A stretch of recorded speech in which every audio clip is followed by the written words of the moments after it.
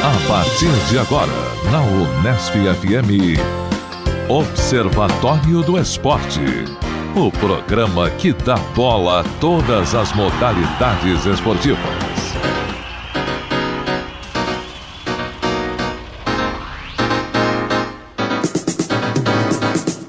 Um abraço para você sintonizado em 105,7 nas ondas da Unesp FM. Hoje é sábado, dia 5 de novembro, o ano é 2016. Eu sou o Guilherme Dias e está começando agora mais uma edição do Observatório do Esporte.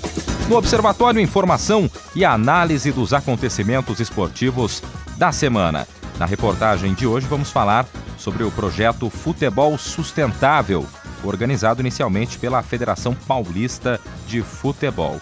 O projeto consiste na troca de garrafas PET por um ingresso em jogos do futebol paulista. E esse projeto trabalha a questão de sustentabilidade, tem aumentado bastante o público nos jogos das equipes participantes. Entrevistamos Gerson Garcia, presidente do Botafogo de Ribeirão Preto, o Giovanni Di Marzio, vice-presidente da Ponte Preta, e também o Acas Felleger, assessor de imprensa do Ituano. Portanto, fique ligado que já vamos abordar este tema. Aqui no Observatório, a informação vai além das quatro linhas. Hoje temos o desfalque do português, né? O Zeca Marques, mas temos aí o retorno do nosso querido Tuca Américo, que estava no Equador, é isso, né, Tuca? Em Guayaquil, no Equador. Que legal. Conhecia já Guayaquil? Não, é bem longe. Gostou? A cidade é linda, o lugar é lindo. E o Carlão Napolitano tá por aqui também, o palmeirense, feliz da vida com a liderança ainda do Campeonato Brasileiro. E vai mandar um abraço pro Zeca, eu tenho certeza. Com certeza, né? Claro. O Zeca tá na atividade de trabalho em São Paulo, então fica um abraço pro Zeca. Claro, um abraço ao nosso amigo lusitano Zeca Marques. Tá certo. Bom, quem foi para Portugal? É verdade. Vamos começar com o nosso querido Tuca Américo. Tá retornando, já vem com gás todo. Pois não, Nossa, Tuca? o gás todo de cansaço da viagem, que atrasou o voo. Por isso que a viagem é longa, né? É longa, atrasou o voo, perdi a conexão, acabei passando uma noite em Bogotá. Mas chegou bem, né? Cheguei bem cansado, mas bem, né? Mas foi tudo certo. Quero aproveitar aqui, vou mandar um abraço também, né? Aproveitar a presença do meu amigo Carlos Napolitano, que na verdade o que aconteceu, meu amigo Guilherme, é que atrasou todo o voo, eu perdi minha passagem de ônibus de volta para Bauru. E eu chegaria em São Paulo na noite da quarta-feira, na madrugada de terça para quarta, 00:30, né? E ficaria lá no aeroporto até 5:30 da manhã esperando o ônibus que leva a gente para até Barra Funda? Até Barra Funda, para tentar comprar uma passagem, sei lá que hora, para poder voltar ao Bauru, porque eu tinha perdido minha passagem, né? E por sorte estava eu no hotel em Bogotá, cansado, né? Depois de atraso de embarque, fila para pegar voucher para ir pro hotel, depois fila no hotel para check-in, 2:30 da manhã. Eu olho pro lado, uma moça com um agasalho esportivo escrito Bauru. Olha. Bauru. Falei, legal, Bauru, oi, tudo bem, né? Você nem se tocou, eu né? nem me toquei. No outro dia eu falei, nossa, eles são de Bauru e eu tô com problema para voltar para Bauru. Então, no outro dia de manhã eu perguntei, como é que vocês vão voltar do aeroporto para Bauru? Tem um ônibus que nos espera. Eu falei, tem uma carona? Tenho. Então, eu quero mandar um abraço para a equipe de kickboxing da academia Thiago Viana, que me proporcionou essa carona providencial do aeroporto aqui para Bauru. A equipe estava voltando de Cancún, no México, onde participou do Pan-Americano de Kickboxing. Então, um abraço, agradeço aí o salvamento, né? Tem bauruense em todo lugar do mundo, né? Até Bauru. No topo do mundo tem, né? E o pessoal da academia Thiago Viana, até gravei por vários anos o Troféu Ligado, que é o Oscar do esporte bauruense, todos os anos nós temos. E é sempre premiada a academia. Sim, então, um abraço para toda a rapaziada. Então, obrigado pela carona, sucesso, né? Salvo pelo gongo, salvo pelo gongo, salvou e me salvaram a pele do Tuca. Eu economizei já 10 horas de viagem por conta disso. Eu cheguei legal, 10 horas antes, feliz, senão talvez nem estivesse aqui hoje. Legal, então fica um abraço especial para toda a rapaziada. Falando do Equador, o meu amigo Carlos Napolitano falou, fala um pouco da experiência esportiva que você teve lá, né, num país diferente. Não encontrei brasileiros praticamente em Guayaquil. né?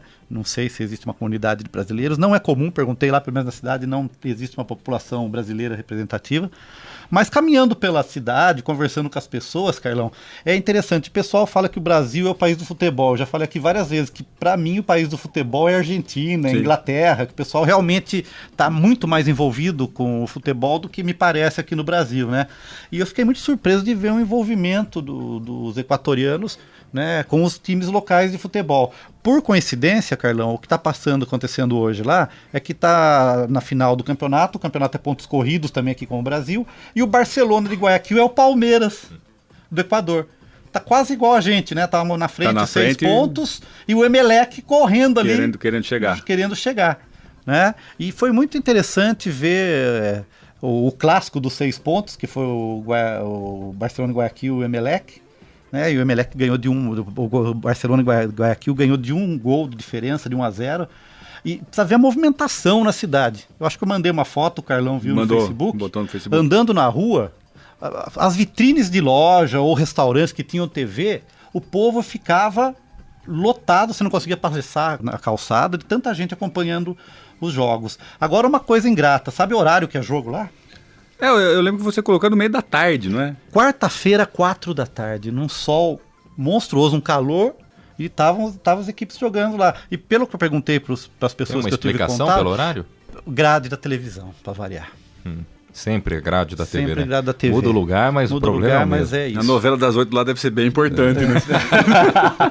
Pois é, o pessoal já tira, já manda E o mais legal, aqui a gente vê as pessoas com a camisa do time, né? Mas em dia de jogo, você vê a cidade inteirinha, tá todo mundo com a camisa dos times que estão jogando. E são os principais times, são lá, os dois o principais, Barcelona, o Emelec, aí depois vem El Nacional e LDU. Isso, são times menores.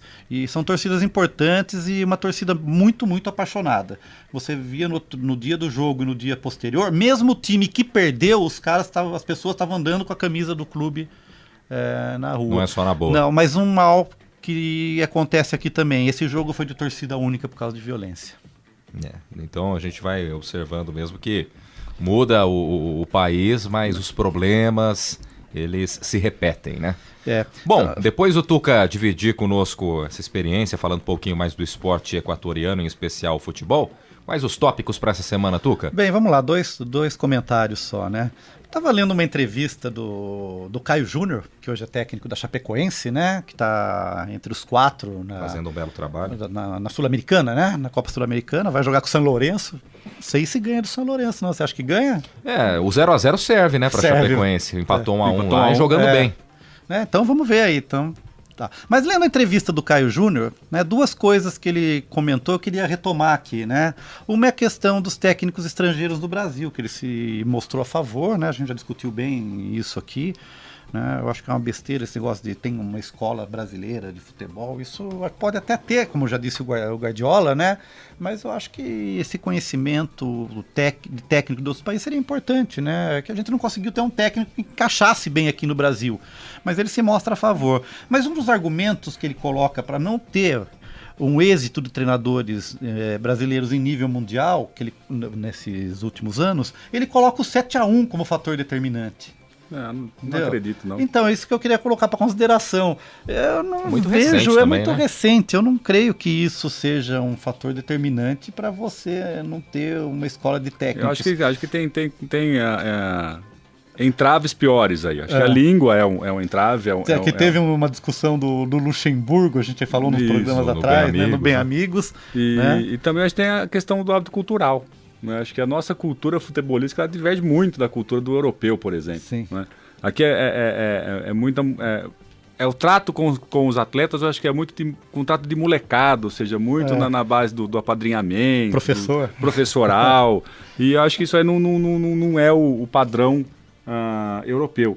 Muito embora o Luiz Felipe Scolari tenha tido sucesso lá na China, né? E tem talvez um grande entrave linguístico também. Não teve entrave linguístico, mas ele foi exitoso em Portugal também. Acho que fez um trabalho interessante com a seleção portuguesa, né? Até a questão da concentração, né? Que já não se usa muito lá na Europa, o pessoal continua usando por aqui. Acho que dá para ilustrar bem também como o treinador acaba usando desse expediente, porque muitos dos profissionais que estão nesse meio do futebol, os jogadores, eles continuam agindo como moleques. Então, isso que eu queria chegar. Eu acho que o problema das questões que você vê, o que é um grande técnico brasileiro, né? Você fala assim, é o motivador. Então, peraí, tem alguma coisa errada, né? Porque deixa de ser o jogo em si, aspectos técnicos, de estratégia, de conhecimento táticos, do jogo, de preparação física e tal, para ser a motivação. Então, quer dizer, o que nós temos é um problema psicológico, não é uma questão... Sim, justamente por isso que talvez o jogador de futebol é tratado como criança, como adolescente, e tem ações como criança e adolescente. Eu já comentei aqui, não é? Em aniversário de jogadores, os caras fazem ovada. Isso aí quem faz é de 15, 16 anos, acho que nem faz mais. Não é? E você fala para mim... No ambiente profissional, com jogadores de 30, 40, massagistas, e o pessoal participando disso. Ganham muito dinheiro. É uma infantilização da profissão. E talvez lá na Europa não, os caras são adultos e têm a profissão e lidam dessa forma como adultos. E daí você cria uma distorção. O grande técnico não é aquele que domina o esporte, mas é o que consegue motivar, unir uma equipe. Então é uma coisa que me Tite segue mais essa linha motivador também, né? Mas eu acho que o Tite, de certa forma, ele juntou as duas coisas. Acho que por isso que ele é talvez o mais exitoso. Porque ele juntou esse conhecimento do futebol, né? Fazendo curso, conhecendo e tal, e essa coisa do motivador. Ele voltou muito melhor, falando taticamente também, né? Com seus conceitos, depois daquele ano que ele ficou estudando. Claro. Então aí é outro ponto que já se discute muito. A formação do técnico. Porque talvez nós tenhamos aí muitos técnicos extremamente capacitados, que dominam o jogo, que conseguiriam montar uma equipe para jogar com outra equipe de forma estratégica, técnica, né? Mas não tem êxito porque não são motivadores. Entendeu? E a gente vê a pouca flexibilidade de técnicos, o que é comum em outro esporte. Você monta seu time, né, conforme a sua forma de jogo e conforme a forma de jogo do adversário. E no Brasil eu vejo muito time querendo impor uma forma de jogar e desrespeitando, não levando em consideração a forma de jogar do outro. Né? São visões muito estreitas. Quem fez isso bem feito no Campeonato Brasileiro foi o Cuca com o Palmeiras, mas parece que agora no final ele não está acertando muito. Né? O Palmeiras tinha um time que jogava em casa e um jogava fora. Hoje ele está mantendo mais ou menos o mesmo padrão. E talvez por isso que o Palmeiras não está jogando tão bem quanto jogou no primeiro turno. Né? E você escuta coisas, por exemplo, porque o time não está mais indo tão bem, porque houve um desgaste com o treinador. Não, né? Por exemplo, no último jogo contra o Santos, ao invés de jogar com atacantes leves e rápidos, ele optou por jogar com o Alione. Né? O Palmeiras ganhou vários jogos fora na velocidade. Sim. Então ele tem mudado um pouco. Eu acho que o Cuca é esse perfil assim, muito mais de técnico, de estratégia, de tática, como é o Tite. Eu acredito que o Tite também seja. Né? Mas a maioria dos brasileiros são todos motivacionais. É na linha do Luxemburgo, do Filipão, Oswaldo de Oliveira. Tanto é que o time do Corinthians estava mal, chega o novo técnico, ganha jogos na sequência, porque o sujeito chegou lá e motivou. A hora que acabou a motivação, acabou a palavra, o time começa a perder de novo. E fica assim a impressão de que o técnico é o time, né? O time acaba querendo impor a forma que ele acha que é a melhor dele jogar. Então, para que técnico? Pois é. Outro que é um exemplo, o Marcelo Oliveira, né? O cara, ele tá indo para a sexta a final de Copa do Brasil em 7 disputadas, se não me engano. Então ele tem, e no Palmeiras não deu certo, os times também não deu certo, né? Talvez ele seja esse cara aí que não seja tão motivador, mas saiba montar time. Então, tem sido muito competente. Então fica aí nossa repúdio ao que disse o Caio Júnior, né? Que eu acho que não dá para considerar o 7-1 do Brasil, embora tenha sido traumático. Não, de forma alguma. Mas está muito recente também, para levar esse crédito todo que deu o Caio Júnior, né? Bom, você está em 105,7, este é o Observatório do Esporte. Mais um tópico aí, Tuca? Sim, rapidamente, último, né? Uma matéria foi publicada no UOL sobre a situação financeira da Confederação Brasileira de Basquete, né? Que saltou aí nos últimos 3, 4 anos de uma dívida de R$1.100.000 a 17 milhões e 200 mil reais. E, na verdade, o que a matéria estava enfatizando é como isso refletiu na seleção brasileira de basquete e no desempenho do basquete brasileiro em nível de seleção. A gente viu um time masculino que tinha, não sei se a relação é causal ou não, né? Mas de qualquer forma a gente tinha um time de basquete que eu considerava competitivo, o time masculino para os Jogos Olímpicos. Né? Tá certo que foi circunstancial ali, como perdeu alguns jogos. Se não para ganhar medalha, mas pelo menos para passar de fase. Um time competitivo. Tem algumas competições nos Jogos Olímpicos que são os detalhes mesmo que fazem o jogo diferença. Contra a Argentina foi o diferencial, né? Se ganha aquele jogo... E ali a gente já discutiu exaustivamente, né? Que como faltou um pouco de segurar a bola no momento, então se arriscou muito e acabou caindo. E o feminino, então na verdade o que aconteceu? Nos Jogos Olímpicos o masculino ficou em 9º lugar, o pior resultado da história do basquete masculino em Jogos Olímpicos, e o feminino, então, o 11º, nem se fale, né? Isso tudo em casa, hein? Em casa. Mas, na verdade, o que está por trás, né, Carlão? Isso eu vou voltar aqui o tema do nosso primeiro programa do Observatório do Esporte, o programa número 1, os Cartolas Eternos, a questão da administração, da gestão das confederações. Então isso ainda parece que todo ano, todo mês, todo dia a gente discute isso, e cada dia aparece mais um escândalo, mais um problema, é um sumidouro de dinheiro essas confederações. A gente viu aí um monte de escândalo antes, durante e depois dos Jogos Olímpicos, para onde foi o dinheiro investido.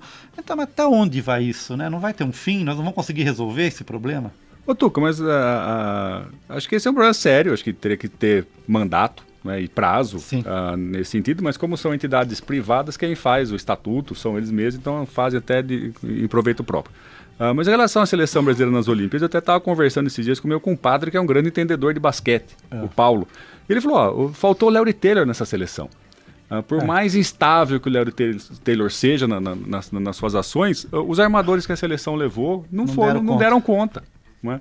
Então talvez o Larry Taylor, para segurar a bola, para fazer o jogo que ele sabe fazer muito bem, o Brasil teria tido uma melhor sorte nas Olimpíadas. Fica aí uma dúvida, tanto é que ele foi campeão paulista, e talvez o time do Mogi que ele arma tenha aí bom sucesso no NBB, começa hoje. E você acha que tem um dedo de culpa do Manhano nessa derrota aí ou não? Por ser contra a Argentina? Não, acho que de forma alguma. Não, mas mesmo na questão das prorrogações, o que não faltou foi chance para ganhar aquele jogo, né?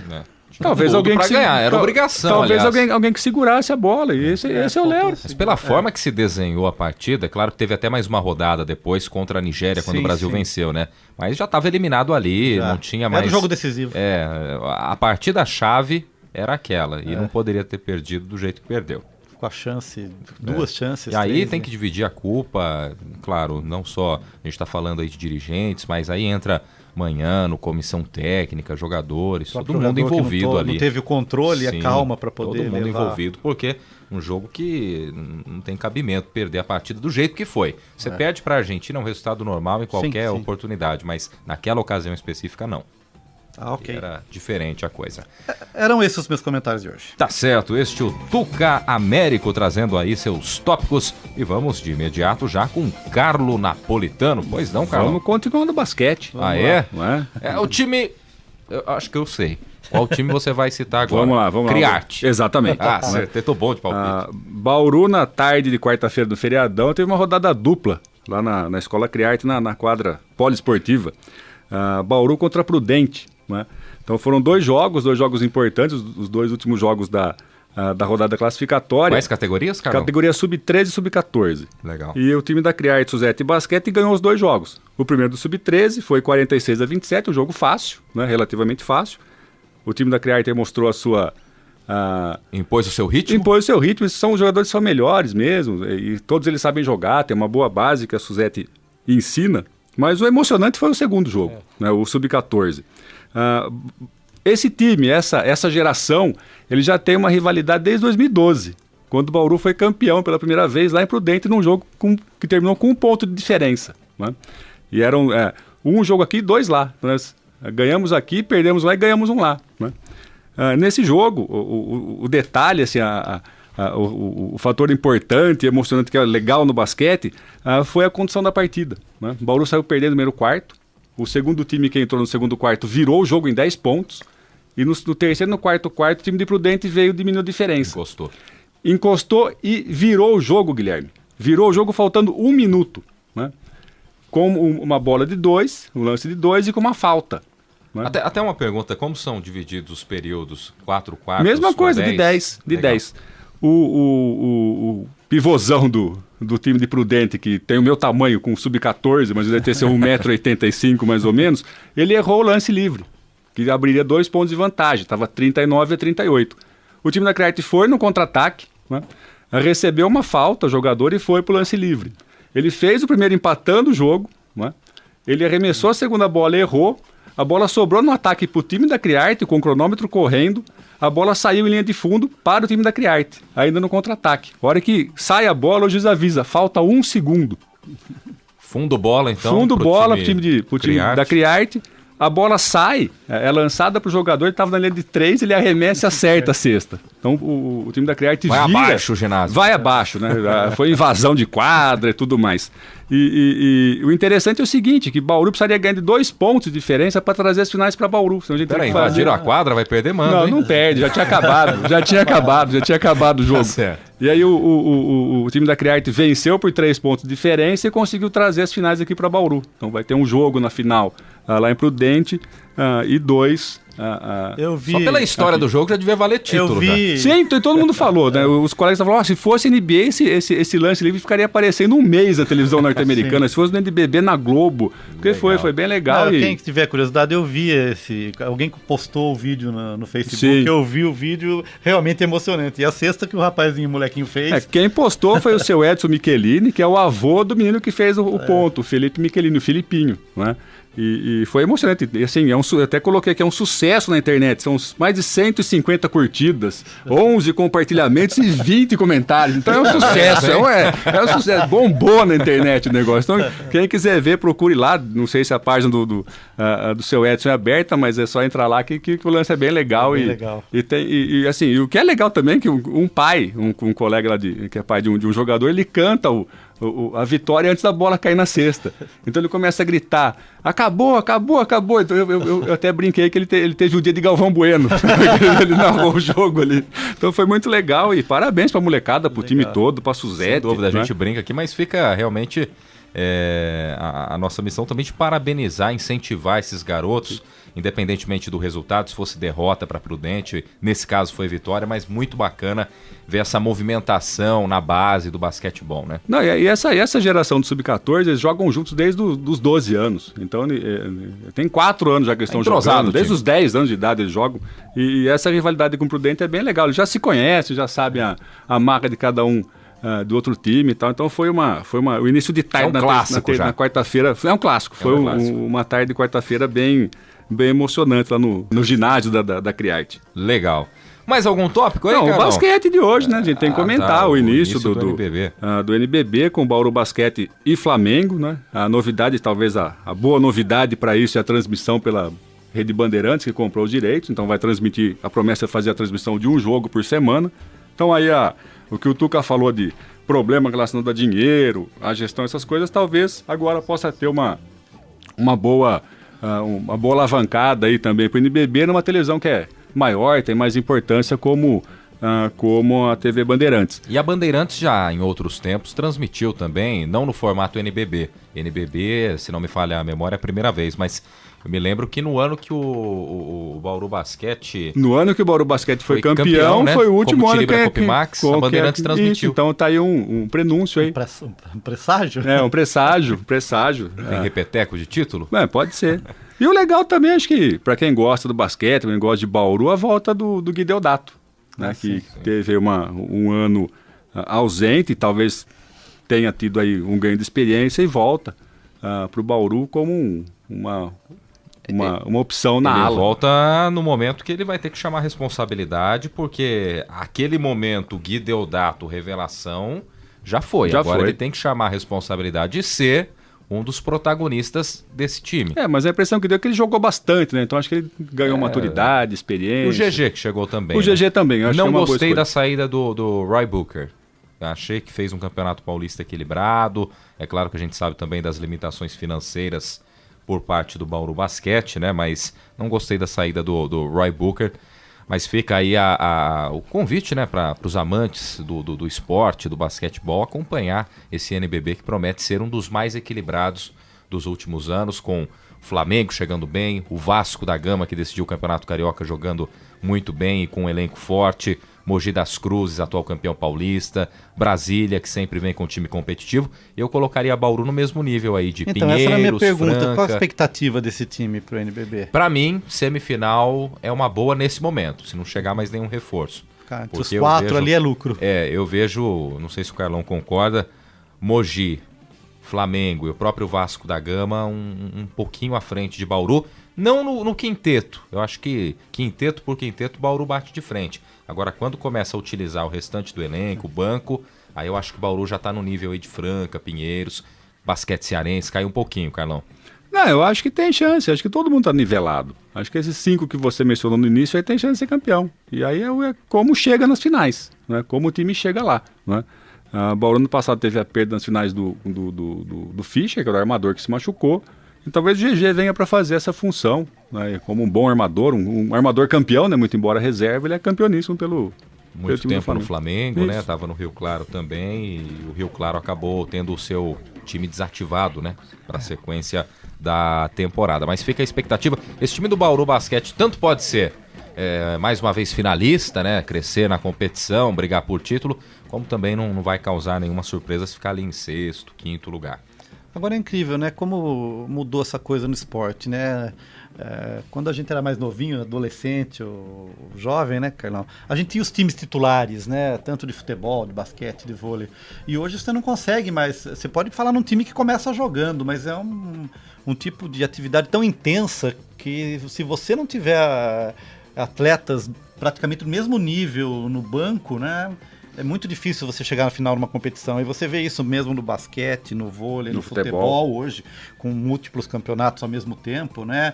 Então, se você não conseguir, que eu acho que é o grande desafio, você fazer todos os atletas conseguirem jogar, né? Não aquela formação básica de um time titular, mas cada vez que você remove uma peça, coloca outra, manter... Equilibrar esse elenco, né? o elenco e manter o nível de jogo, trocando peças, eu acho que esse é um grande desafio de um técnico hoje. Sem dúvida. E o investimento também em jogadores para você ter alto nível sempre. A grande sacada é essa mesmo. Pois não, Carlão? Não, acho que eu tenho mais alguns assuntos aqui para comentar. Acho que o legal no esporte internacional nessa semana foi a vitória na World Series, no campeonato de beisebol americano, do Chicago Cubs, né, que era um time que estava há 108 anos sem ganhar um título. Faz ideia disso aí? 108 anos, né? É a idade do Fleury. É mais ou menos. É uma ameriquinha. Mais de um século, né, gente? Então, e aí tem toda uma história, né? E o Tuca talvez se lembre disso. Não lembro, porque eu acho que o último que viu o time ganhar não estava vivo. A historinha que você se lembre. Em um dos filmes de Volta para o Futuro, quando o sujeito volta do futuro para o presente, ele faz essa previsão. Ele fala, olha, o que aconteceu no futuro? Olha, o Chicago Cubs foi campeão em 2015, né? Que seria no passado. Então, o De Volta para o Futuro errou essa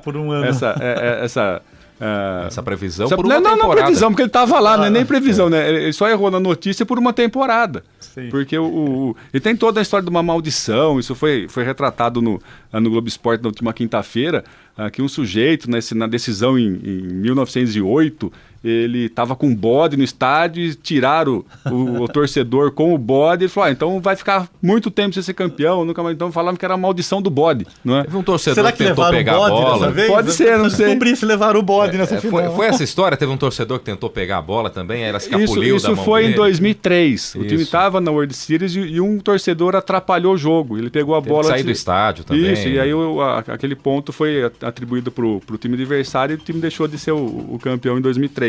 Então tem toda uma história envolvendo o Chicago Cubs, mas o que espanta é o tempo, né? 108 anos esperando um título com torcida. E tem torcedor do Palmeiras reclamando que o time não é campeão brasileiro há 2 décadas. Nós não somos campeões há menos de um ano, né? Mas brasileiro, campeão do Brasileirão. Então, a história do Corinthians no jejum de títulos, do Palmeiras também 16 anos, é pouco, né? Talvez os times aí pudessem espelhar um pouco mais aí no Chicago Cubs e torcer por 108 anos à espera de um título. Aliás, já que a gente citou aí o assunto futebol, antes da gente passar pro tema dessa semana, que é o futebol sustentável, iniciativas, né? Tivemos a definição também, já para a próxima temporada, das séries A1, A2 e A3 do Campeonato Paulista. E novamente limitação aí de 28 jogadores por cada clube. Mais uma vez 6 clubes serão rebaixados. Vocês acompanharam, gostaram aí desse regulamento? Agora, pelo menos na Série A1, mata-mata e de volta, né? É o que mudou na Série A1 do Campeonato Paulista. Eu não gosto do formato da fase classificatória, eu acho esquisito. Muito demorado. Não jogar contra o time do seu grupo, jogar com outros, né? Eu já falei aqui, eu acho que o modelo legal para campeonato é o modelo carioca. Né? Então tem lá, os grupos jogam entre eles, tem um campeão no primeiro turno, e daí tem um campeão no segundo turno e joga. Né? Podia ter parece que vai mudar tudo no Campeonato Carioca também. Vai ter uma prévia agora. Sim, se a ideia é enxugar um pouco o campeonato para fortalecer o Brasileirão, talvez são muitos jogos, são 12 jogos na fase classificatória. Né? O que mais me incomoda, para ser bem sincero, essa limitação aí, número de atletas, para mim tira um pouco a oportunidade, de repente, de 2 ou 3 talentos que se destacaram na Copinha, que vão se destacar aí no início de 2017, desses caras terem uma oportunidade no time de cima. Fica complicado, já que você tem essa limitação e todo o elenco profissional hoje tem aí 30, 32 jogadores, né? Então você acaba tirando um pouco essas revelações. Bom, você está em 105,7? Pois não, Carlão? Não, só mais uma. Acho que a gente tem que comentar aqui. Nós não tivemos a oportunidade de falar sobre isso porque gravamos o programa na semana passada, antes desse acontecimento. Mas a gente tem que registrar aqui uma homenagem, um fato pelo falecimento do Carlos Alberto Torres, claro, né, o capitão do Tri. Né? E o que me chamou muita atenção, eu não tinha essa dimensão, é a importância que esse jogador tem no ambiente internacional. Verdade. Né? Então, o falecimento dele foi destaque na imprensa mundial inteira, né? Desde os Estados Unidos, né, por razões óbvias, que ele jogou lá no famoso time do Cosmos, né, como em todo o mundo, na França, na Inglaterra. É verdade, me causou espanto também. Eu não tinha essa dimensão da importância dele em nível mundial, porque a gente sempre olha o nosso umbigo, né, o que acontece aqui. E a comoção, o que tantas pessoas no mundo inteiro falaram sobre o Carlos Alberto, que é considerado o melhor lateral direito da história, praticamente. Sim. Né? Então fica aqui uma bela lembrança do Carlão, acho que sim. Bacana. Bom, vamos então para a matéria desta semana. A locução é do Leonardo Del Sante. Observatório do Esporte. Confira a reportagem da semana. Um tema em debate.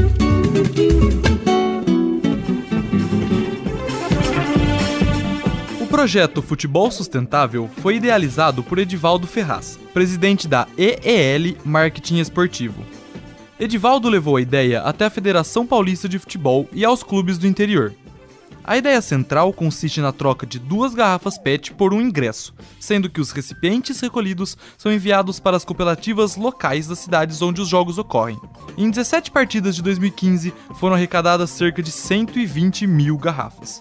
Dentre esses jogos, a torcida de Marília foi a que mais contribuiu, com cerca de 20.800 garrafas, seguida por Rio Claro, que colaborou com 20.100 recipientes. Entrevistamos Akash Felleger, assessor de imprensa do Ituano, que falou sobre a criação do projeto Futebol Sustentável. O mentor e que leva isso para vários clubes do interior de São Paulo é o Edivaldo Ferraz. Levou essa ideia à federação aprovou, ele apresenta aos clubes e os clubes assinam o contrato. E então a ideia é dele de tornar um jogo sustentável, atraente, leva a bilheteria para o clube e ao mesmo tempo você consegue tirar do meio ambiente garrafas PET que vai para a indústria de reciclável, né? A Akash falou também sobre as vantagens oferecidas pelo projeto, como por exemplo o aumento do público e a ação sustentável. O clube, e essa visão do Ituano, quer ter um maior público no estádio. Jogar com o estádio vazio é ruim.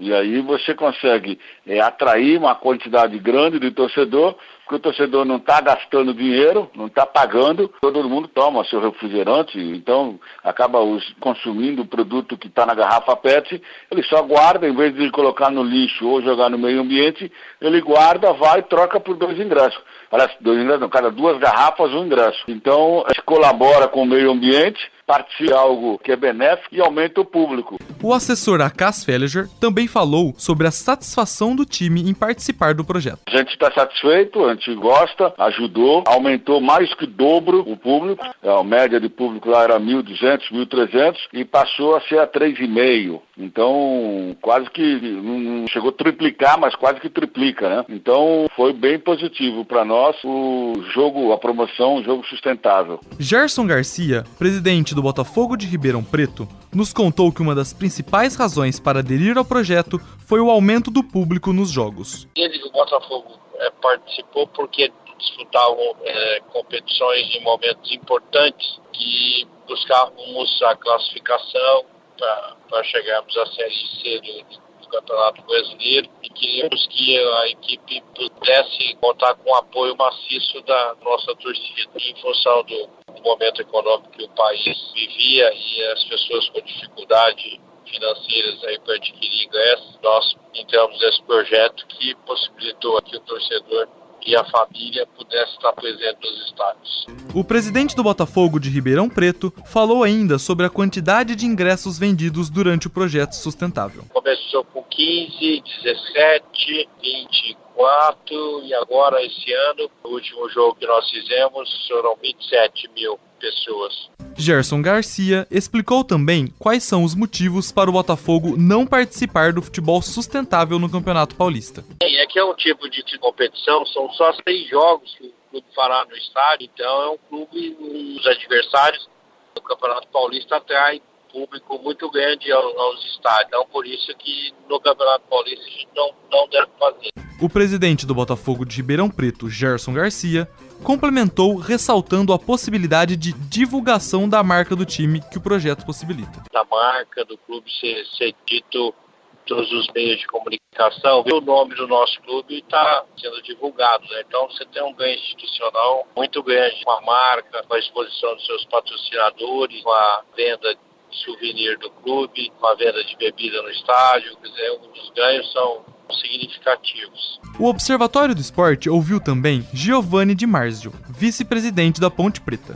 Ele contou em quais jogos o time participou do futebol sustentável. A primeira vez que nós fizemos isso foi no jogo contra o 15 de Piracicaba esse ano pelo Campeonato Paulista, meados do mês de abril. E nós fizemos isso por 2 oportunidades no Paulista, né? E 2 jogos do Campeonato Paulista e agora contra o Vitória e contra o Santa Cruz pelo Campeonato Brasileiro. Então fizemos 4 vezes ao longo deste ano. Giovanni contou que esta ação, além de atrair o público, vem ajudando muitas crianças carentes que são atendidas pelo Projeto Vulcão, a instituição amparada pela Ponte Preta. O clube decidiu participar porque tem a questão social, né? Onde a gente pode estar fazendo uma parceria com o Projeto Vulcão, fizemos nesses 4 jogos, e isso é muito importante porque ajuda na manutenção do projeto lá, que faz um trabalho muito legal com as crianças carentes. E, obviamente, também é importante porque temos uma presença maciça de público nesses jogos pelo fato de ter um preço baixo.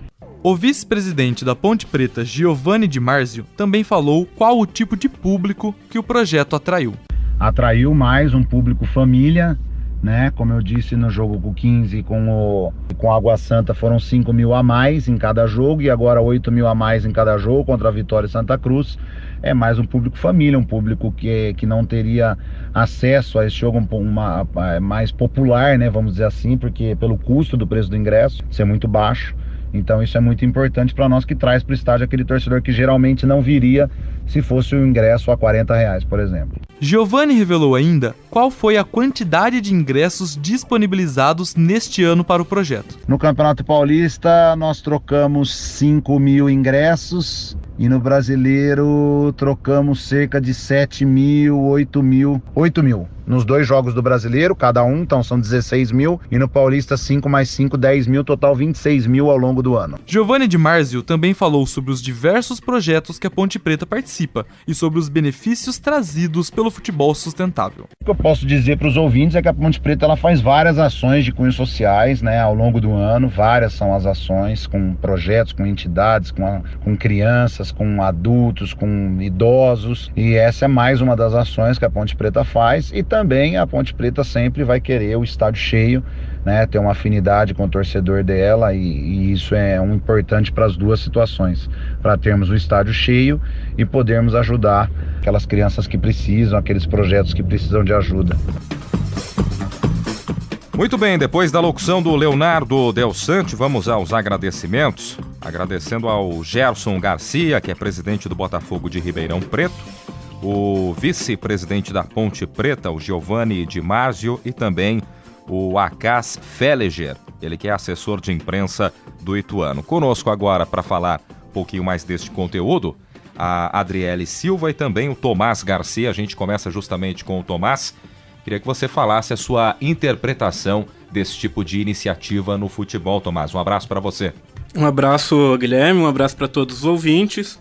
Essa iniciativa é bastante interessante, né, para trazer o torcedor para o estádio. O Joinville, inclusive, na Série B desse ano, teve uma iniciativa parecida com isso. Não era coisa sustentável como os clubes paulistas fizeram, mas em alguns jogos o Joinville trocou o ingresso por 1 quilo de alimento não perecível ou um brinquedo. E esses brinquedos e alimentos recebidos na troca dos ingressos, eles foram utilizados, agora foram entregues no mês passado para algumas instituições de Joinville no Dia das Crianças. É bem importante isso. O Brasil ele tem uma média de público bem baixa, né? Eu até trouxe uns dados aqui da Pluriconsultoria, que o Brasil tem o ingresso mais caro do mundo, em uma comparação feita da renda per capita de cada país com o número de ingressos que pode comprar. Foram 16 países analisados, né? Daí só para citar rapidamente, para não estender muito, o Brasil tem o ingresso mais caro, a Espanha tem o segundo mais caro, a Itália é o terceiro, a Turquia é o quarto ingresso mais caro e o México o quinto. E para citar um pouco os países vizinhos aqui da América do Sul, desses 16, a Argentina possui o oitavo, o Chile o nono e o Uruguai o 13º ingresso mais caro. E além disso, que também é importante para trazer esse torcedor, é que nesses 16 países analisados, o Brasil tem a menor média de público também entre eles.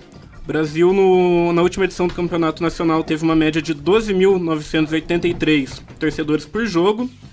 E só para citar algum comparativo, a Espanha teve uma média de quase 29 mil torcedores, o México 25 mil e o Reino Unido quase 35 mil torcedores por jogo. Então esse tipo de iniciativa eu acho que é bem interessante para trazer o torcedor próximo do time e ajudar bastante o time, né? Que o time precisa desse incentivo da torcida para dentro de campo, principalmente jogando em casa. Até em cima disso, até em cima do que o Tomás tá colocando aqui na mesa, é importante a gente interpretar também que os times que buscaram esse tipo de expediente, pelo menos nessa temporada 2016, que eu me recordo, equipes com a corda no pescoço, que de repente precisavam do auxílio da torcida porque não estavam convencendo o torcedor a frequentar o estádio. É claro que essa ação social, tudo que está por trás disso é interessante, é importante. Tomás citou aí o caso de brinquedos lá na Arena Joinville e também de doação de alimentos, mas é extremamente importante que outros clubes também possam tomar esse tipo de iniciativa, né, Tuca, Carlão? Eu não gosto dessa ideia de baixar o preço do ingresso ou precisar da torcida só quando está em dificuldade, né? Eu acho que é um tipo... Não vou chamar estelionato, que seria o contrário, né? Mas, de certa forma, é você se aproveitar de uma situação que vai gerar um benefício para o clube, não para o torcedor. Eu acho que o torcedor tem que ser torcedor permanente, não sei o que o Carlão pensa. Você vai para um campeonato espanhol, inglês, os torcedores já compram o pacote para a temporada inteira, tanto que é difícil você conseguir um ingresso de última hora, né? Um ingresso vale muito. Então acho que falta essa cultura, e a gente já apontou aqui, entre outras coisas, né, Carlão, a questão dos direitos de transmissão, né? Na verdade, hoje o grande negócio parece que não é mais a torcida frequentar o estádio. Ou, em alguns casos, o que está acontecendo agora depois da Copa do Mundo aqui, e dos Jogos Olímpicos, é que na verdade virou uma atração turística você participar de um jogo, né? Então é um público que é flutuante, não é um público fiel. Então várias pessoas, vamos lá conhecer o estádio, o Allianz Parque, vamos conhecer o Itaquerão. Até por isso os grandes clubes estão tentando cada vez mais incentivar essa prática do plano de sócio-torcedor. Sim, mas a mesma questão do sócio-torcedor, eu já vi que por falta de ter essa cultura de se planejar para ser um torcedor permanente, já vi gente reclamando que também só tinha ingresso para quem era sócio-torcedor. E para quem não é sócio-torcedor era difícil conseguir ingresso em alguns jogos, né? Então falta esse planejamento, porque na verdade vai muito, no meu ponto de vista, do desempenho da sua equipe. Se o time está indo bem, a torcida comparece. E se não tá, aí tem que fazer uma promoção para trazer a torcida para apoiar o time. Que é diferente de outros países, onde a torcida se planeja e vai torcer igual casamento, na alegria e na tristeza, né? Quando vence e quando perde. Então tem que mudar um pouco esse comportamento. Acho que falta essa cultura do torcedor estar presente. Você pega jogo da 5ª divisão inglesa, a temporada está fechada, né? Não tem mais ingresso para comprar. É justamente isso, não só na ruim. Tem que incentivar na boa também esse tipo de iniciativa, porque o Joinville mesmo está caindo pelas beiradas aí no Campeonato Brasileiro da Série B. Já tentou com doação de alimento, com brinquedo, daqui a pouco vem garrafa PET. E o torcedor tá indo porque sabe que, na cabeça do torcedor pelo menos, é quase que de graça. Sim. Mas E numa boa também, se o Joinville estivesse frequentando ali, brigando aí por sobe acesso, o preço de ingresso. Esse é o ponto. Lei da oferta e da procura. Eu acho que a iniciativa é muito legal, né? Não, Você legal. retirar a garrafa PET do meio ambiente, sim, que não vai ter uso ou para reutilização, é muito legal. Talvez essa tarefa não deveria ser dos clubes de futebol, deveria ser da própria empresa que fornece, né? Então, as empresas de refrigerante deviam ter o que se chama de logística de reverso e recolher esse material, né? Mas geralmente é o povo que é culpado. O povo não faz a reciclagem, não separa e tal. Mas essas empresas também que lucram muito, poderiam fazer esse tipo de ação. E vai ter gente acumulando garrafa PET esperando a próxima promoção. Eu até perguntei pro Léo, porque acho que em termos de volume é muito pouco. Mas se for comparar o quanto de garrafa PET deve ser consumido.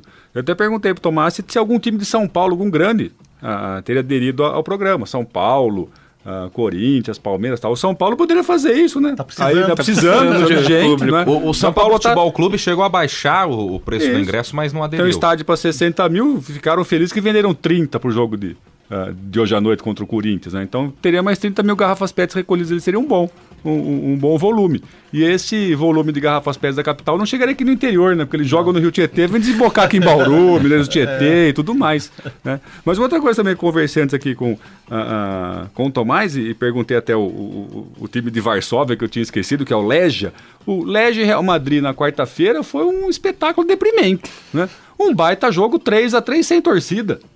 Então acho que só o fato de levar a torcida pro estádio, Tuca, já é legal. Aí não importa como, né? Se com promoção, mas aí dando tinha a ver bombom, com punição chocolate, também, né, Carlão? O que eu tô questionando, concordo plenamente, eu tô questionando essa falta desse planejamento, dessa cultura de quem quer participar, né? Do torcedor mesmo. Então, mas jogos como esses aí, eu acho que nem atrativo tem, né, Tuca? Mas por que tem países que tem? Não sei, porque talvez lá se tenha mais competição, seja mais competitivo, não sei, mas aqui é ruim, sei lá. Que nos desculpe o Pavini, mas tinha um jogo do 15 de Jaú contra o Novo Horizontino, fica uma coisa complicada. Mas pra gente que não é torcedor, eu acho que falta a torcida, porque o torcedor vai. O Thiago Pavini vai assistir jogo do 15 de Jaú até de futebol de botão. Porque ele é realmente um torcedor que idolatra, que acompanha o seu time. Então, eu acho que é esse sentimento que está em falta, né, do amor ao clube, de participar, de planejar, querer ver. Que é o que acontece, por exemplo, aqui, agora não sei, vamos ver esse ano, aconteceu com o basquete de Bauru. Tinha uma torcida. Sim, já estou com o ingresso no bolso. Então, quer dizer, comprar o ingresso para um jogo de basquete independente, está sempre a torcida presente. Então, a cidade até agora adotou o time, está indo lá ganhando, perdendo. Você tem um pessoal que vai curtir o jogo de basquete. Por que isso não acontece no Noroeste? Né? Não tem mais a torcida do time, não existe mais a torcida, é meia dúzia.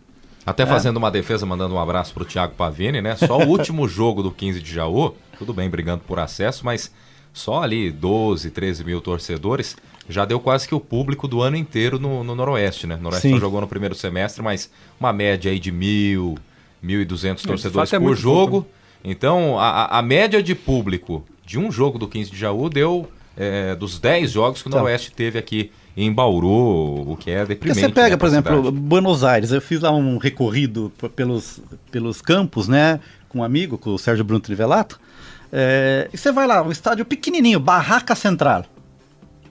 Um estádio pequenininho e tal. Mas no dia do jogo tá lá a torcida. É um time pequeno, mas que tem torcida, e a torcida enche o estádio pequeno, 5 mil pessoas, mas vai lá e lota, tem torcida. Né? É um público mais fiel, né? Fiel, que gosta do time, que representa. O time representa o bairro.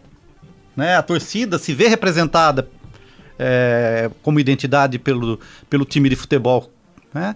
E isso a gente não vê mais aqui, né? E eu faço minha culpa mesmo. Eu, como palmeirense, não acompanho mais com aquela frequência os jogos, entendeu? Então tem alguns times que ainda participam e tal. E por outro lado também, se a gente lembrar quem que representa os times e pôr lá que tá a torcida organizada, isso também acaba sendo um ponto negativo, né? Então não sei, acho que tem aí 1000 razões pra gente discutir isso. Mas a iniciativa sim, mas concordo com o Carlão, né? Tirar a garrafa PET é bacana, mas não é uma responsabilidade de um clube de futebol. Acho que isso daí é uma questão de educação, de responsabilidade das próprias empresas, né? É uma iniciativa louvável, mas questionável em certa medida também. Você está em 105,7, este é o Observatório do Esporte. O nosso diretor Fábio Fleury está lembrando aqui que o futebol amador aqui de Bauru tem um público fiel, né? E que direto também tem esse tipo de iniciativa. Eu me lembro que brinquedos... se você pegar times da várzea de São Paulo, tem torcida mais fiel do que grandes clubes do interior. Sim. Sim. E aqui em Bauru a gente vê isso mesmo, toda rodada. Agora o campeonato deu uma funilada, né? Já estamos na reta final do Amador deste ano, mas durante a temporada regular mesmo, com todos os times, a gente sempre tem uma grande movimentação em vários distritais aqui da cidade e muitas vezes... eu me recordo até que em muitas oportunidades tivemos esse tipo de iniciativa também, com garrafas PETs, com brinquedos, com doação de alimentos, de repente numa final, para ter um ingresso, porque no futebol amador você tem entrada franca, né? Entrada gratuita, e de repente para uma decisão, como o público ele é muito maior, então você tem que trocar ali 1 quilo de alimento ingresso, por ingresso. Então é válida também essa iniciativa por parte do futebol amador, não só aqui de Bauru, mas de outras cidades. E lembrando que eu acho que em Bauru o futebol amador tem uma função importante, que numa cidade tão pobre em formas de entretenimento, ele supre isso no final de semana, numa atividade para as pessoas se encontrarem, de ter esse entretenimento, né? Eu vejo, por exemplo, a gente já viajou para alguns lugares, né, Carlão, a ocupação do espaço público. Então você vai nas praças de sábado, domingo, no feriado, tá tudo sempre lotado. Isso aqui em Bauru não acontece, não existe essa ocupação. Então tem uma carência de atividades de lazer. Eu acho que o futebol amador cumpre essa função. Muito bem. E para quem gosta de esporte e não tem acesso, né? O Tomás até mencionou aí os ingressos mais caros pelo mundo. O Brasil lidera no futebol, mas em outras modalidades também não fica muito diferente disso, não. Por exemplo, o basquete. Muitas pessoas, apesar do Bauru Basquete ter um time até competitivo, falando nível nacional, continental, mas muitos não têm o acesso ao basquete. De repente, muitos não têm sobrando aí R$20 para assistir um jogo como Bauru e Flamengo na tarde de hoje. Então, o futebol amador cumpre esse papel também, e que bom que ajuda de outras caro, formas. Né, Guilherme? Tá 30 o ingresso a inteira, 15 a meia, e as cadeiras R$100. O absurdo de R$100. Pois é, a gente sabe que não é todo mundo que, infelizmente, não é todo mundo que tem acesso, disponibilidade para comprar um ingresso nesse preço. Vamos ouvir também a Adriele Silva, tá quietinha aqui por enquanto, só prestando atenção no que está acontecendo. Fala também das suas impressões a respeito deste assunto, você que ajudou na elaboração da matéria desta semana. Um abraço para você, Adriele. Um abraço lá aos ouvintes e à mesa. Bom, vários times que a gente conhece aderiram a um projeto, como por exemplo Botafogo, Ituano, Sertãozinho. O Botafogo, inclusive, ele conseguiu arrecadar 45 mil garrafas e disponibilizou 20 mil ingressos. Nesse projeto a gente tem vários pontos, como a questão do meio ambiente, que já foi citada, né? Que evita manter a cidade suja, que ajuda no combate à dengue também. Nós temos a questão também das entidades, que essas garrafas elas são enviadas para vários locais de reciclagem que ajudam várias entidades, como por exemplo o Sertãozinho, que ajuda 22 famílias carentes. E nós temos também a questão, como já foi comentado aqui, da aproximação do público com o time mesmo. A gente até fez uma matéria faz algumas semanas dessa questão do encarecimento do ingresso. Então é uma boa maneira de trazer o público novamente. E eu achei um dado bem interessante aqui, que esse projeto já beneficiou 800 mil torcedores e arrecadou mais de 2 milhões de garrafas. E em Mirassol teve alguma coisa nesse sentido? Mirassol, o time já tem Mirassol, nem time direito, não tem nem estádio quase. Complicado. Pois é. O Tomás, eu confesso que eu não me lembro de qual cidade você é, Tomás. Eu sou de Avaré. Avaré, então não tem futebol lá faz um bom tempo já. Tá certo, mas fica aí uma sugestão para várias cidades do interior paulista, também do Brasil, né? Para que utilizem esse tipo de expediente, mas não só na hora ruim, né? Na hora boa também. Eu queria retomar o tema, a gente está falando que um dos problemas da venda de ingresso é a transmissão pela TV, né? Aberta ou fechada. Eu já contei essa história, mas vou contar outra vez, né? Eu lembro quando teve um jogo do Noroeste, quando o Noroeste estava na primeira do Paulista, foi 2000 e... teve 2005, 2006, 2010, se não me falha a memória. Se não me engano, 2010. 2009, 2010. Né? E teve um jogo Noroeste, eu queria ver esse jogo. Se não me engano, acho que foi o primeiro jogo, que foi Noroeste e Corinthians, não foi? Em 2005, eu acho. 2005, então eu tô confundindo os dois. Primeiro jogo do campeonato. Resumindo a ópera, eu queria assistir esse jogo e não tinha mais ingresso. Né? Aí eu falei, eu quero ver esse jogo. Liguei para minha operadora TV a cabo e queria comprar o jogo avulso. Né? Você pode comprar o jogo avulso na operadora. Na época, eu não esqueço o valor, custava R$70 o jogo avulso, que por coincidência era o preço do pacote mensal naquela época. Então, olha a perversidade. Eles queriam vender um jogo pelo preço do pacote para falar, não, tá vendo a vantagem você ter o pacote, então assine o pacote. E daí você fica preso, né, a essa mensalidade. E continua, viu? Equivalente continua. o valor. Então, tá R$90 hoje, né? É o preço do pacote. E provavelmente esse valor de R$70 era mais caro que o próprio ingresso do jogo. Isso que eu ia chegar. Também, e era mais caro do que o próprio ingresso do jogo. Então, olha o absurdo onde a gente chegou, né? Então, quer dizer, você tem um monopólio das transmissões que também força, esse é um caso atípico, porque não tinha mais ingresso. Mas é um tipo de atividade que te força a assistir o jogo em casa. Né?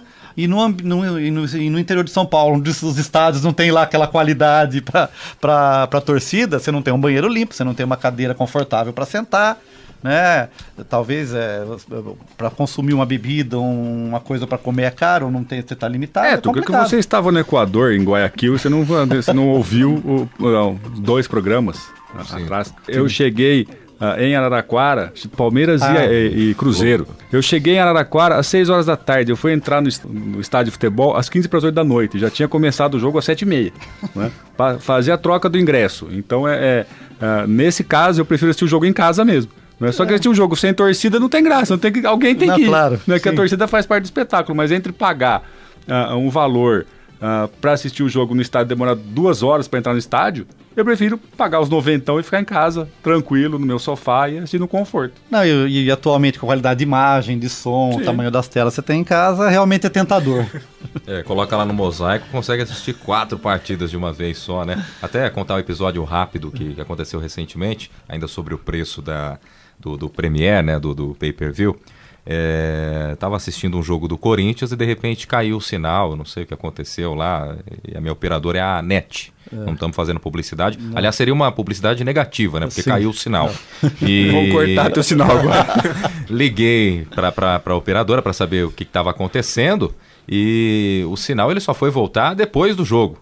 Então eu cobrei deles o mesmo valor que eles me cobrariam num jogo avulso. Então, olha, já que eu pago tanto no plano mensal e o valor de uma partida vocês cobram equivalente, então, por favor, descontem o pacote inteiro desse mês. E não aceitaram, aí negociamos e fechou pela metade do valor. Tá no lucro. Já é alguma coisa, mas são 2 pesos, 2 medidas. Né? Não, você não tá no lucro, porque quando você se programa para ver um jogo e tá na expectativa, a frustração é enorme, né? É muito maior do que o valor aí de R$50 que de repente abateu na conta, né? Bom, você ouvinte do programa que acessa as redes sociais, curta a nossa página no Facebook, o endereço é o facebook.com/Observatório do Esporte. Acesse também o blog do nosso programa, o endereço é o Observatório do Esporte Unesp.blogspot.com.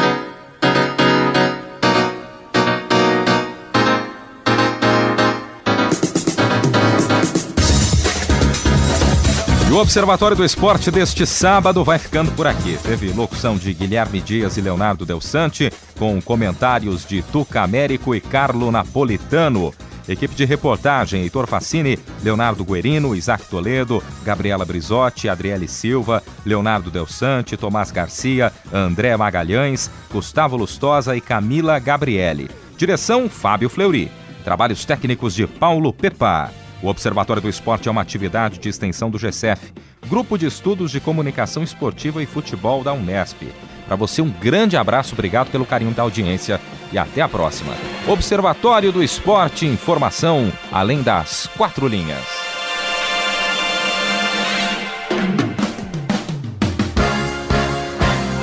A Unesp FM apresentou Observatório do Esporte. O programa que dá bola a todas as modalidades esportivas.